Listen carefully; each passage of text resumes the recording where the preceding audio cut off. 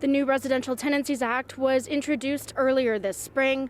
The Yukon government says its goal is to equalize the balance of power between landlords and tenants.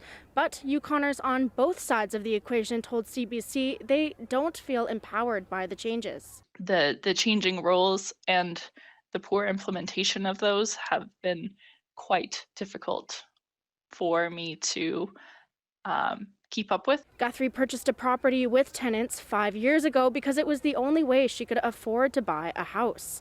She inherited tenants who paid way below market rate. Then the rent cap was introduced and trapped her there. She's been playing catch up ever since. She says the new act is not going to help. I think the rent caps are still restrictive. They are tied to the consumer price index. The CPI, in my opinion, is not reflective of the costs that I'm experiencing. She's talking about utility fees, property taxes, and volatile interest rates. And then beyond finances, she also takes issue with the black and white rules for no-cause eviction.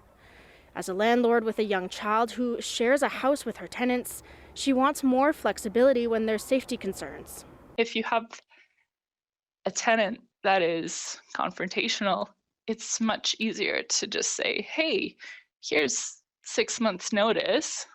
There's no particular reason I'm looking to point to. On the other hand, CBC heard from a tenant who was evicted in 2023.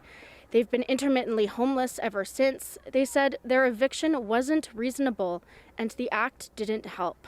CBC has agreed not to disclose their name. It is not an equitable act. It is not an easily accessible act for tenants.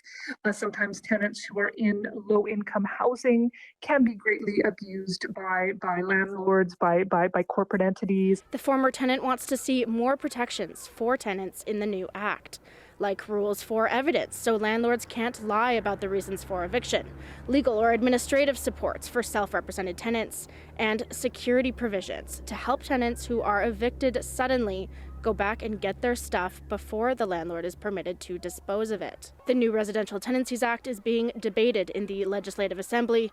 It's expected to pass this spring. Gabrielle Plonka, CBC News, Whitehorse.